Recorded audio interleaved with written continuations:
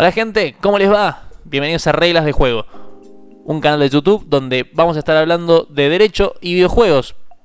Vamos a analizar casos legales y van a ver también otros videos de educación legal que van a estar orientados principalmente a desarrolladores y a todos aquellos que estén interesados en la evolución de esta industria. Este va a ser extraoficialmente el primer video del canal, así que van a detectar errores obvios de edición, además de otras cosas, y en donde vamos a hablar de un tema bastante lamentable y no está bueno debutar el canal con este tipo de cosas, pero es una realidad insoslayable. Y es la noticia de que Blizzard ha sido demandado por el estado de California debido a severas violaciones de normas laborales y no de normas laborales en sí, es decir, no es simplemente tener un empleado en negro o no pagar sueldos, etcétera, etcétera, sino que es algo mucho más serio, como es la discriminación en un ámbito laboral y no de forma aislada, sino como una política de la empresa.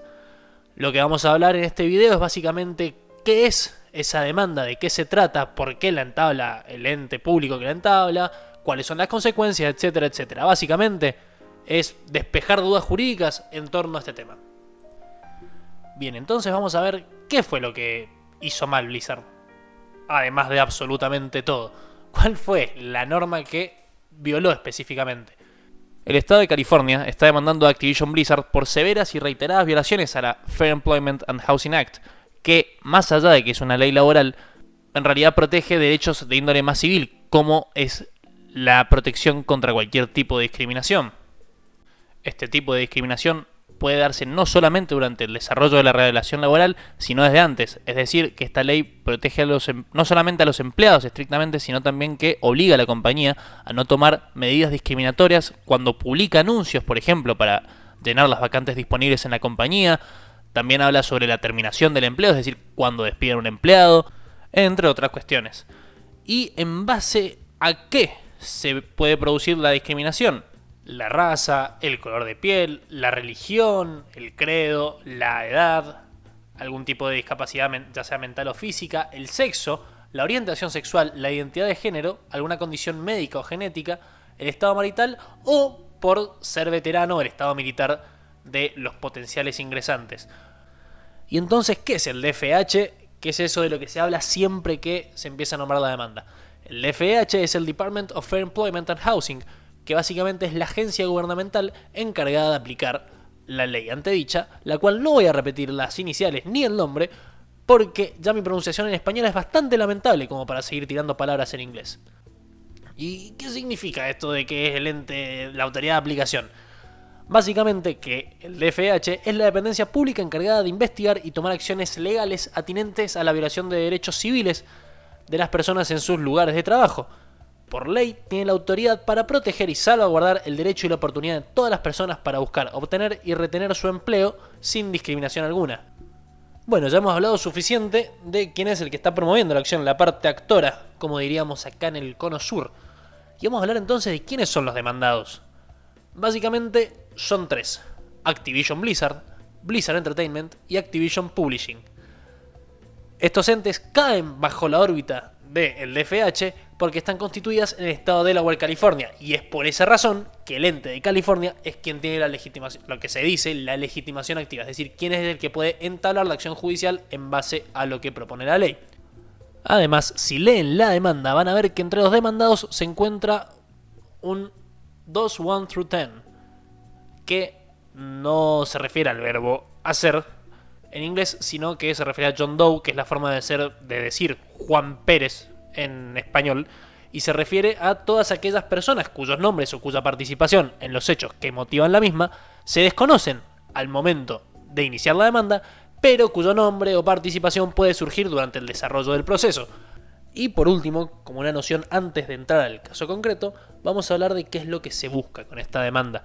¿Se busca acaso cambiar las políticas de Blizzard, reinsertar a los empleados, a las empleadas que se vieron forzadas a renunciar durante este proceso?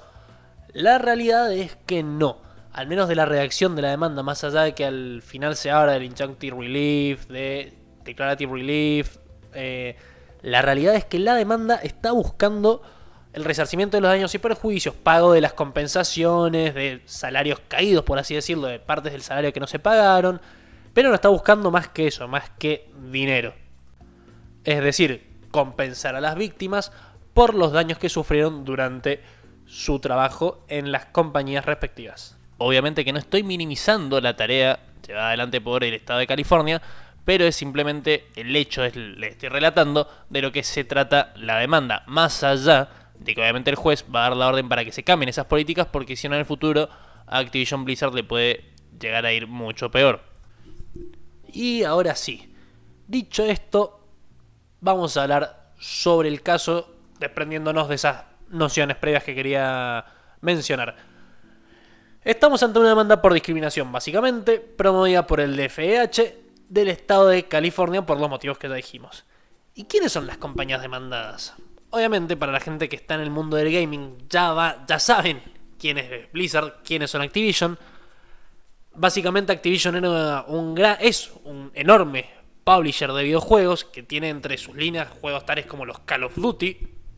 Ya con eso creo que es suficiente para mencionar en el currículum.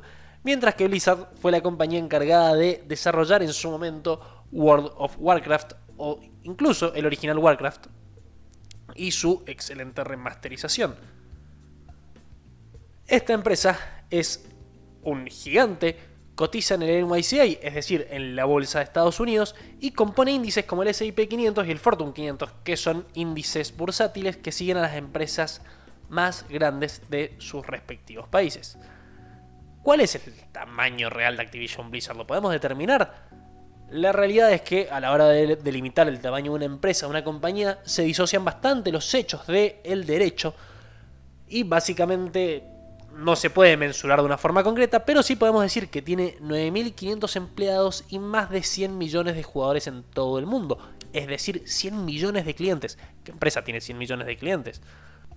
Bien, la demanda justamente empieza hablando un poco de esto, da un poco la noción al tribunal de quién es Blizzard y arranca con una declaración que no es nada suave y habla de que los roles de presidente y de CEO siempre han sido ocupados por hombres blancos y acompañan esta tabla en la que se puede ver que casi todos, salvo una persona, son hombres y esa otra persona es una mujer. Incluso si hacen zoom en la tabla, mejor dicho, si yo hago zoom sobre la misma, van a poder ver la diferencia abismal que hay no solamente en el salario, sino en los otros tipos de compensaciones entre los miembros masculinos de la cúpula directiva y esta tal Claudine Norton, que es una Chief People Officer. Si alguien sabe de qué se trata ese puesto, por favor que me lo deje en los comentarios. Es abismal la diferencia. Pasamos del CEO de unos 154 millones de dólares al año a unos, no vamos a decir míseros, pero unos 3.823.000 millones al año, que claramente representa una ínfima parte, menos del 5% de lo que ganaba el CEO en un año. La demanda habla incluso de cómo actuaba el Departamento de Recursos Humanos, que no solamente no hacía nada, sino que daba aviso a los directivos de la compañía cuando se les iniciaba algún tipo de reclamo dentro de dicho departamento, y de que no solamente había inacción de este, sino que había complicidad con los directivos. Luego se sigue relatando de que ya se habían iniciado acciones administrativas, es decir, no es que de la noche a la mañana el director del DFH dijo, bueno, vamos a demandar a Blizzard. No, todo lo contrario. Hubo todo un proceso administrativo anterior que empezó en octubre del 2018 solamente contra Blizzard Entertainment. Ese mismo mes se incluyó Activision Blizzard, es decir, el departamento se dio cuenta de que estas políticas excedían a una sola empresa y el 7 de diciembre de ese mismo año ya se incluyó a Activision, es decir, la publicadora por sí sola. Esas acciones administrativas alegaban que los acusados discriminaban contra sus empleados en razón del sexo, incluyendo la falta de contratación de mujeres, la selección o empleo de personas debido a su sexo, así como su discriminación al momento de la compensación y de las condiciones o los privilegios de trabajos. Es decir, les pagaban menos y les trataban peor. Durante todo este procedimiento, básicamente, se intimó a los acusados a que tomen todos los pasos razonables para prevenir dicho accionar y terminar con esas políticas de una vez. Pero esto no lo cumplieron. Después de 2 años de investigación, el DFH finalmente terminó de reunir toda la evidencia que hacía creer que hubo hechos de discriminación. Se abrió otro proceso administrativo en el cual no vamos a entrar en detalles Cuando se abre este proceso administrativo, se realiza una investigación más profunda y se encuentra evidencia de que los acusados discriminan a las empleadas femeninas, además de todo lo que decíamos, también en los términos y condiciones del empleo, no solamente de la remuneración, sino en la posición y las tareas asignadas, es decir, le asignaban labores que requerían un menor esfuerzo, las promocionaban como querían, es decir, si incomodaban, las llevaban a otro departamento, si no, no les daban ciertas promociones, las despedían, hacían despidos constructivos, que es básicamente cuando uno genera un ambiente de trabajo tan hostil que el empleado no tiene otra opción más que renunciar, y obviamente que habían represalias contra todos los que se animaran a iniciar algún tipo de reclamo a través del Departamento de Recursos Humanos o en forma directa. La investigación también concluyó que las empleadas eran sujeto de acoso sexual. Y acá vamos a hacer un pequeño parate, pero bastante importante. En la demanda se habla de sexual harassment. Yo no soy un conocedor profundo del derecho norteamericano y mucho menos de la ley de California, solamente puedo dar unas nociones básicas, por lo que no me voy a meter en este tema. Pero por ejemplo, para que se den una idea, en Argentina el abuso sexual incluye cualquier tipo de tocamiento. Es decir, cuando en el boliche un pibe le toca el culo a una mujer, ¿eso está mal? Sí, está mal y encima está penado por la ley. Así que dejá de hacerlo, no seas pelotudo. Ahora bien, el acoso, como por ejemplo una persona que no para de mandarte mensaje, que te espera a la salida de tu casa, etcétera, etcétera, es otra cosa distinta, que también se pueden tomar remedios legales, pero no constituye un delito en sí mismo.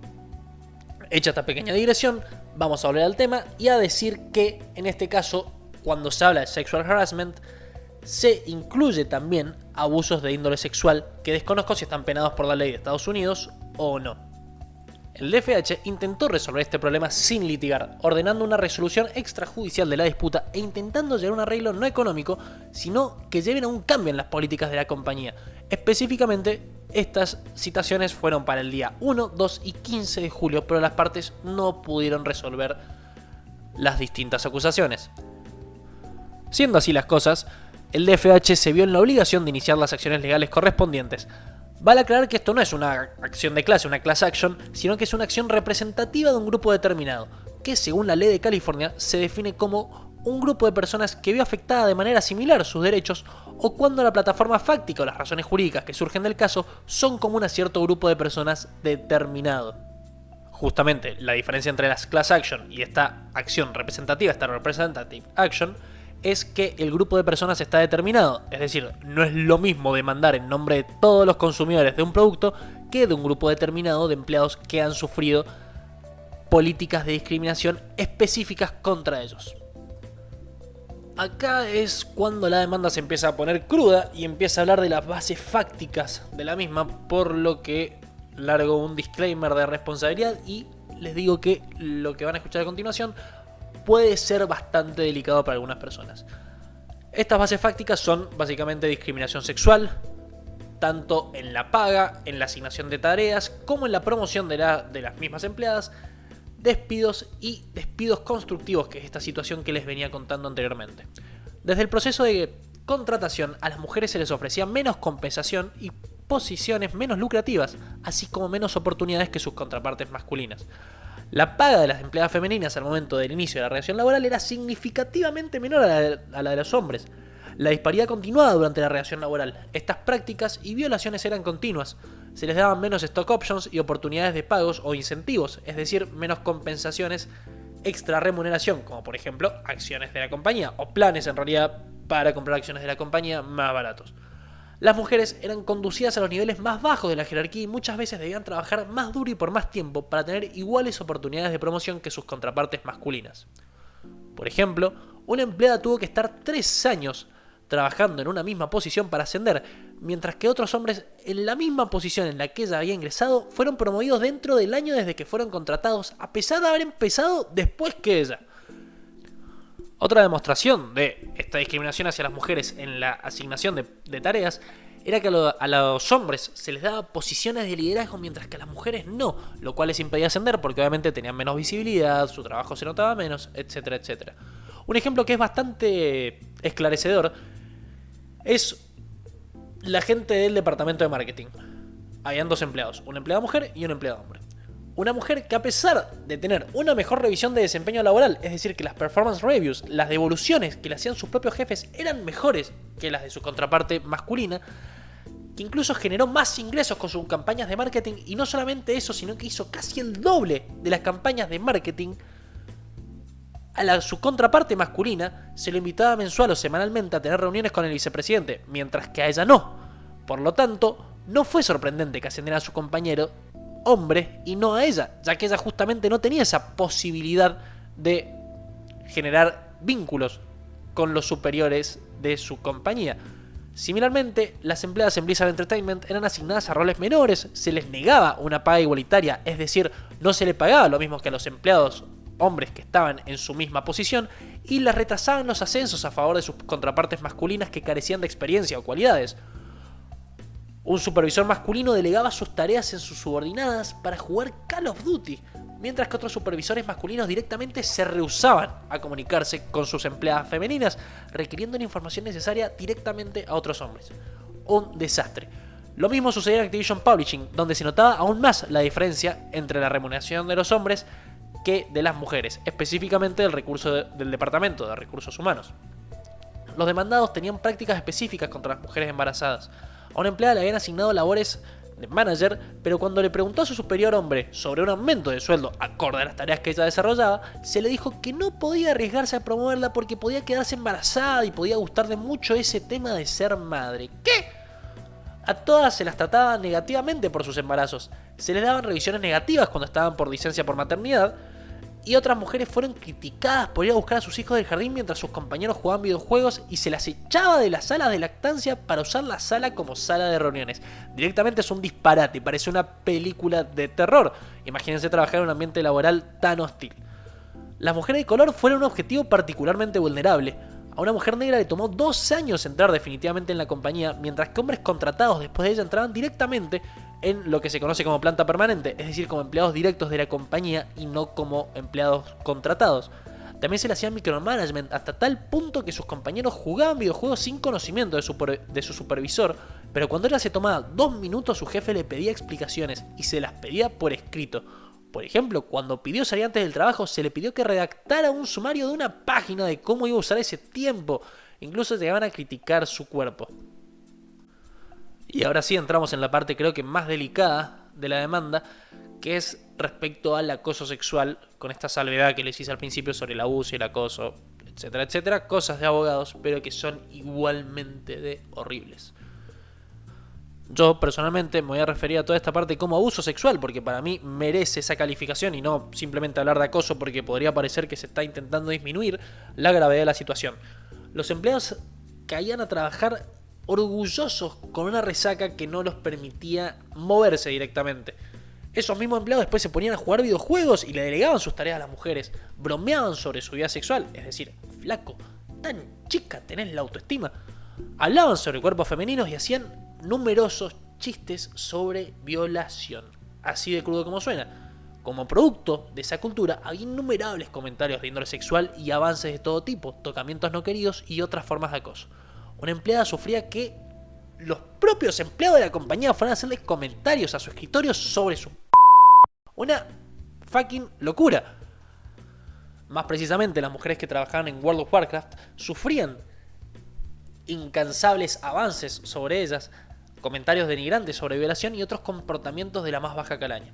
Los supervisores no solamente que no hacían nada frente a estas situaciones, sino que las alentaban.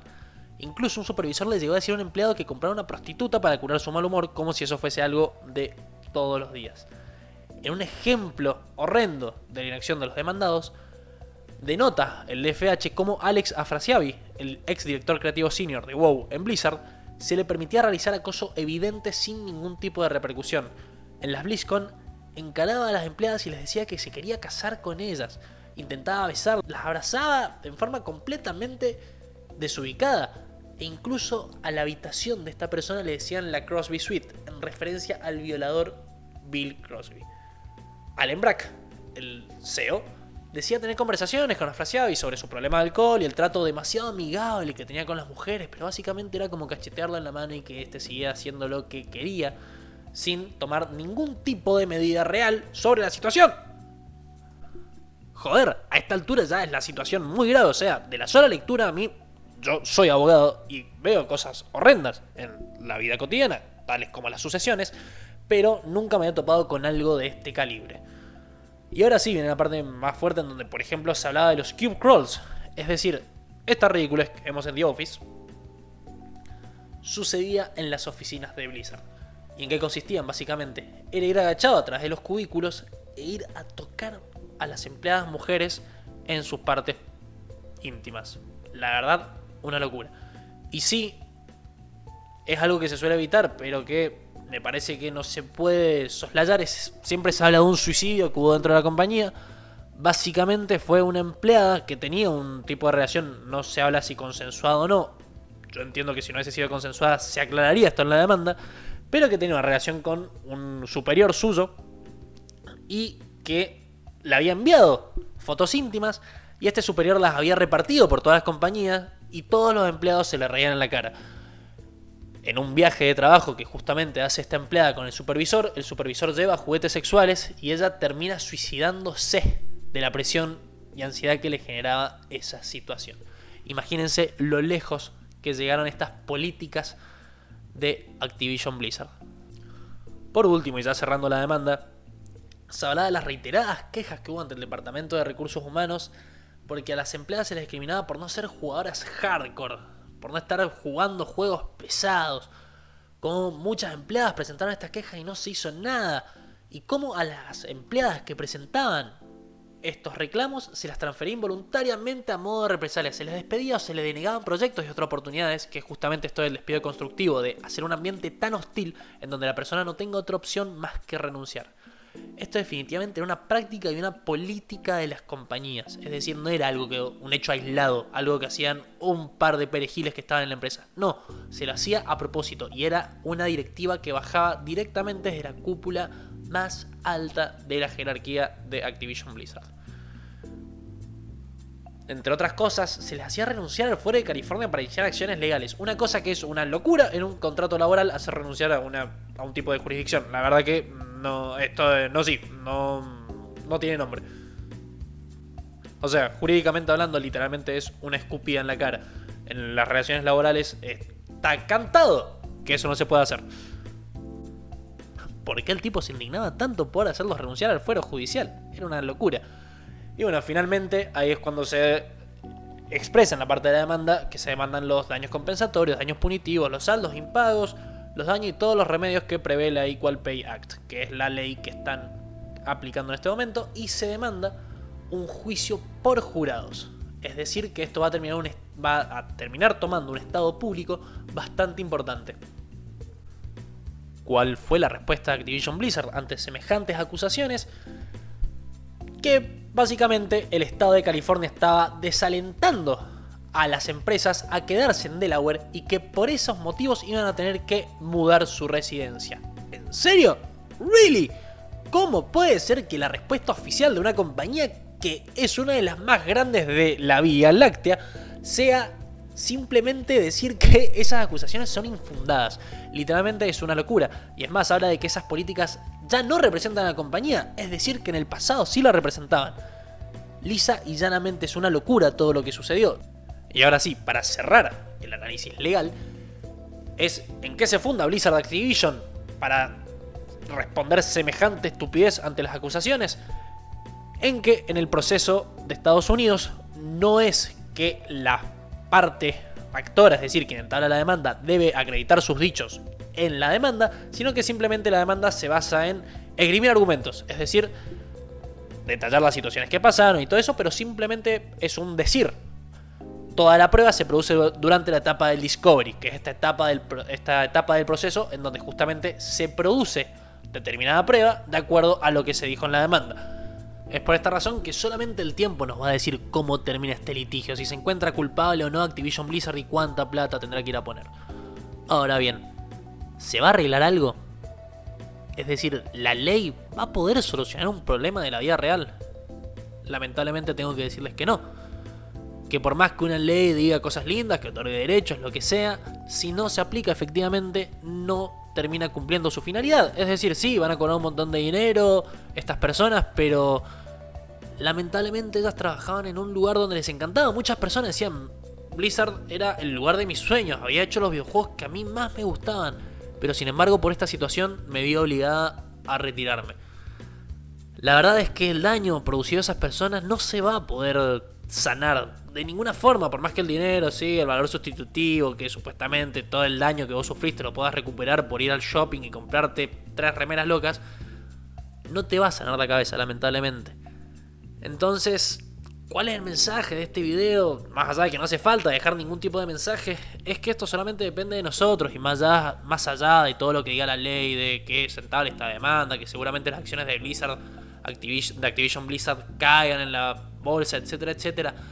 La realidad es que el poder está solamente en nosotros, en dejar de consumir productos de esta compañía, que lamentablemente son juegos que yo he jugado un montón también. El Warzone en la pandemia me salvó de más de un momento horrible. Pero la realidad es que por más que se hagan 1000 juicios, que Activision Blizzard tenga que poner un montón de plata, estas cosas van a seguir pasando y estas compañías no reaccionan hasta que se les toque el bolsillo. Por lo tanto, ¿somos culpables de esta situación como consumidores? No, en absoluto, no somos culpables. Pero sí, sabemos que tenemos la posibilidad de, aunque sea, cambiar un poco esta situación. De empezar a no alentar estos accionarios tan espantosos que a veces se dan en las compañías de gaming, que en realidad es una industria tan linda, tan colaborativa, que por lo general obviamente está en la faceta horrible, es la faceta que a nadie nos gusta, porque hablar de estos temas es duro, porque justamente ya los juegos tienen un estigma social bastante importante y encima se suman estas cosas que suceden en compañías de todo el mundo, pero que lamentablemente en el gaming se vienen dando muy repetidamente y más que nada por una cultura machista que gira en torno a los juegos o incluso a la sociedad, que excluye a las mujeres los mismos. No, vos andás a jugar con muñecas, ¿cómo vas a jugar al Play? Y ese tipo de locuras. Lamentablemente no va a pasar nada con esta demanda, es decir, aunque se encuentre culpable Activision Blizzard, las cosas no van a cambiar. Lo que pasó, pasó. La responsabilidad de poder cambiar esto está en nosotros. Y si ustedes quieren seguir jugando los juegos de Activision Blizzard, sí, sigan jugándolos, no van a ser culpables de lo que pasa. Es decir, ustedes no son los CEOs, no tienen un verdadero poder. Pero si algo podemos hacer para cambiar las cosas, ¿por qué no hacerlo? Espero que este video les haya servido y les haya gustado tanto como a mí me gustó hacerlo. No olviden dejar su like, suscribirse y dejar algún comentario para que el canal pueda crecer y podamos seguir hablando de estos temas. Si quieren que hable de algo en especial, déjenlo en los comentarios que lo voy a estar leyendo. Muchísimas gracias, que tengan un hermoso día.